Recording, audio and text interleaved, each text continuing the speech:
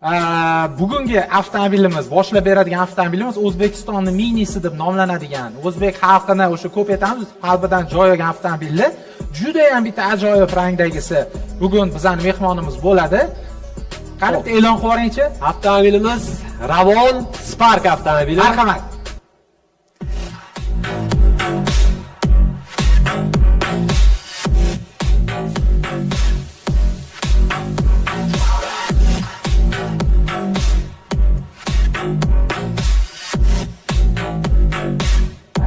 Ishlarni qarang.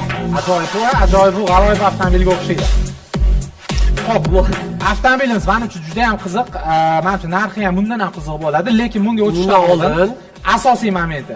Bizani anchadan beri kuzatib kelayotganlar bilishadi.